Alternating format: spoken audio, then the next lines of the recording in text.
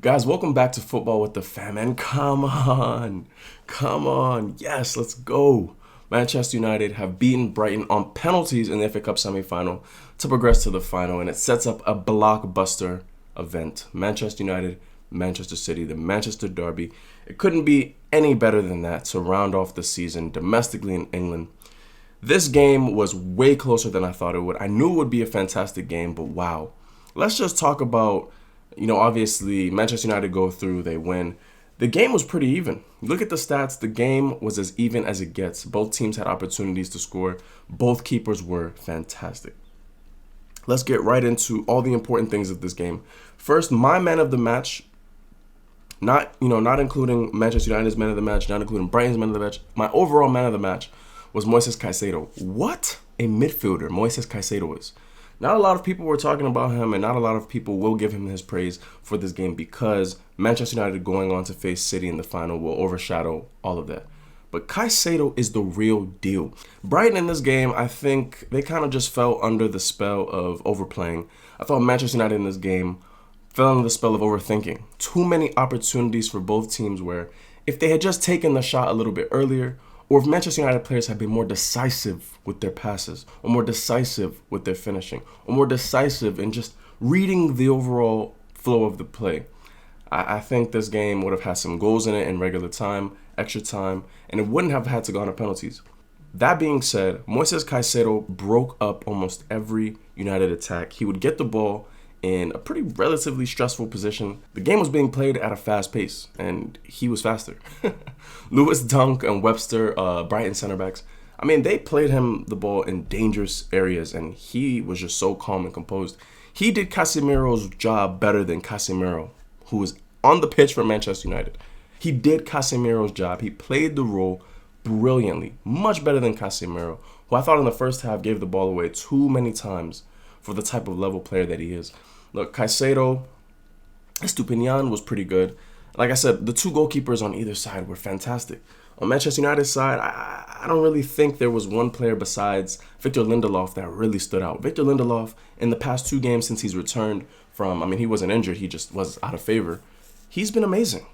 Victor Lindelof is our third choice center back. Harry Maguire is no longer, I feel, a Manchester United player. I feel like the players realize this, they see this. They don't trust Harry Maguire, but Lindelof was superb. He read the game so well. He was quick. He wasn't dilly-dallying on the ball. As soon as he gets the ball, one touch, boom, he's looking for an option. Played some excellent passes, scored a brilliant penalty to take us to the final. Lindelof was for sure Manchester United's man of the match, but overall, Caicedo was just brilliant. Let's talk about just some of the things that I noticed from a Manchester United standpoint in Brighton. Earlier, I obviously said that, Brighton suffered from overplaying, Manchester United suffered from overthinking. In this game, Brighton were unable to utilize Mitoma. He was taken out of the game by Wan-Bissaka. When they took off Wan-Bissaka, at that point, Mitoma was already too tired. There were so many different, 1v1 situations where Mitoma just couldn't get the better of Manchester United's defense. It was great. It was great to see. His shot selection wasn't great. Sometimes he would take an extra touch. Sometimes he would try to play a pass that wasn't there.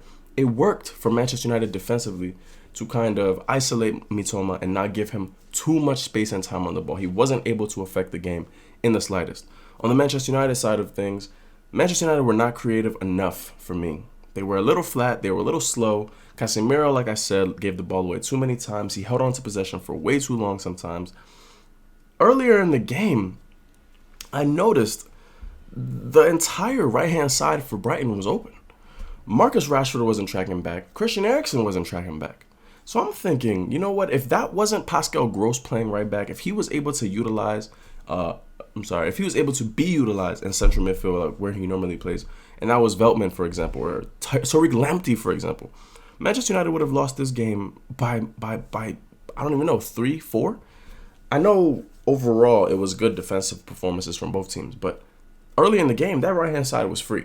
Rashford, like I said, wasn't tracking back, and I don't understand. If you want to play Marcus Rashford on the wing, he has to do his defensive duties. Play him as striker then if you don't want him to track back. Get on Jadon Sancho, who came and put in a shift. He put in a shift on defense. I'm sure you could see if you watched the game, you saw how many times Jadon Sancho came back. Yes, he had more energy than other players because he came on in the 84th minute. It doesn't matter. That is the type of intensity. That is the type of mindset that you want to keep for 90 minutes. It seemed as if Anthony Martial was uninterested. It seemed as if Anthony wasn't clicking. It seemed as if for large periods of the game, Marcus Rashford was uninterested. Then as the game progressed, then as Manchester United started to grow into the game more and more, it seemed as if Manchester United had the edge. It seemed as if Marcus Rashford had turned up a little bit.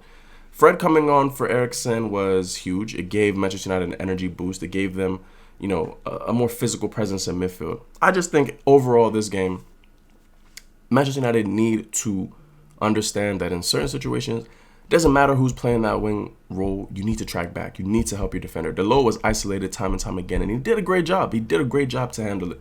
But against a better team, against the Manchester City team in the final, you can't. That can't happen.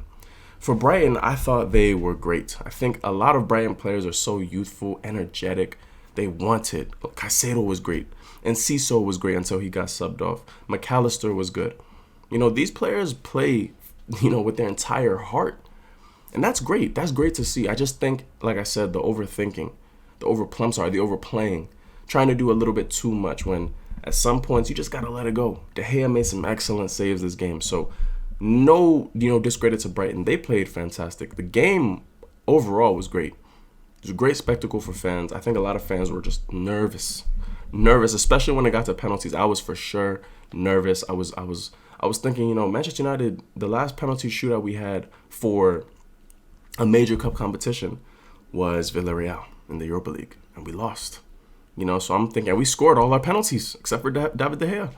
So I'm thinking in this game, what are they going to do in this penalty shootout with no Bruno Fernandes, no Anthony Martial? Up steps the Iceman. Come on. If you're a Manchester United fan, put it in the chat how you feel. What do you think is going to happen for the FA Cup final? I'm going to do a preview of that, obviously when the game gets closer and we see how the season ends in the Premier League and Champions League. I'm excited. I am excited. Come on, United. Any Man United fan in the comments, just let me know how you feel right now. Big dubs. We love it. We love this for Manchester United. We need to keep it going. Thursday, we have Tottenham Hotspur, who just got drubbed. I think we have an opportunity to really do something here. Finish top 3. Carabao Cup already ours. Get the FA Cup in. It'll be a great managerial debut season in the Premier League for Erik Ten Hag. Let me know what you guys think, and thank you so much for tuning in. As always, this has been Football with the Fam. Come on.